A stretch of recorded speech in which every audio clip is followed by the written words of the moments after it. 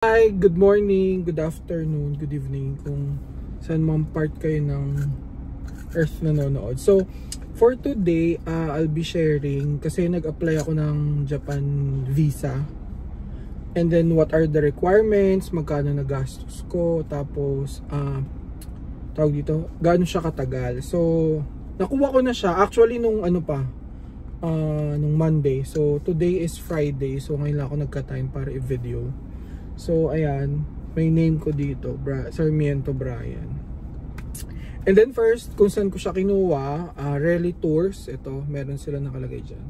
Rally Tours Travel Agency. I think lahat ng passport lalagyan nila nito, baka for counter-checking. In case tatawag yung whatever, kung sinong tatawag sa agency. Tapos, first, syempre kailangan valid yung passport. And then second, yung birth certificate. Kailangan within 1 year. So, ang gagawin nyo dapat online, order na kayo online. Mabilis lang, parang 3 days nandito na agad. Tapos 200 lang ata siya. And then second is yung application form. So, meron yung rally. So, dalawa yung application form. Yung pinaka Japan visa, and then pag magre-request ka ng multiple entry. And then third, yung ADB. So for those may bank accounts, so yun yung pinaka chine-check din nila. So kailangan bank certificate ang hingin mo with ADB. So ADB, annual daily balance. Tinitignan nila kasi kung magkano yung balance mo everyday. So usually, hindi nila tinitignan kung magkano yung laman. Kasi lalo na pag bagong bukas lang yung account. So, better yet, create yung account na gagamitin nyo is medyo matagal na. So, in my case, 3 years na yung bank account ko. And then, tawag dito, next naman is yung COE. Kung nag-work ka, Certificate of Employment. And then, yung ITR. So, yung ITR na pinasa ko is 2022. Kasi wala pa yung 2023. And then, nagbasa rin ako ng DTI kasi may online business ako. Ano pa ba?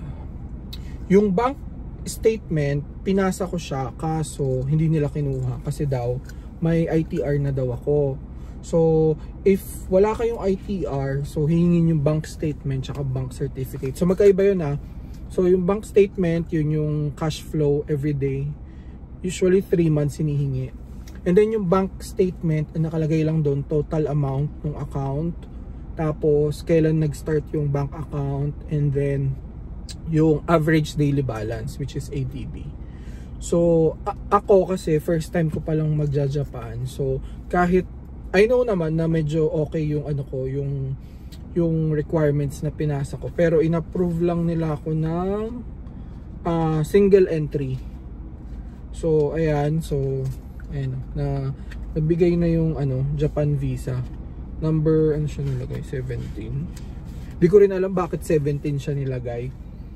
Tapos, ang nagastos ko is, initially, ang gagawin nila is kung gusto mo mag-apply ng multiple entry. So, yung second paper, sasagutan mo, titik mo kung kung top 1,000 ba yun, tapos kung anong klaseng, kung sponsored ka ba, ganyan-ganyan, blah blah blah.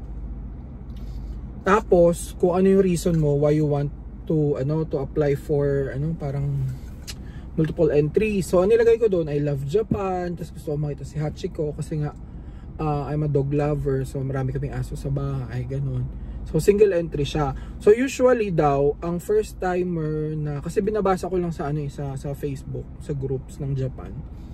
Pag first timer na application mo, Japan visa, ang ina-approve lang nila agad ng multiple entry, regardless kung marami ka daw pera, yung mga professionals, yung mga doktor, lawyer, mga ganyan, mga ganung profession. So yung ko pala, background ko, 10 years na ako nag-work sa BPO, and then okay naman yung credentials na pinasa ko. Yun nga lang, kasi since first timer ko, single entry pa lang, but sabi naman nila pag second application ko is magiging ME sana, kasi nga aside from first quarter ng ng this year, may flight din ako ng September.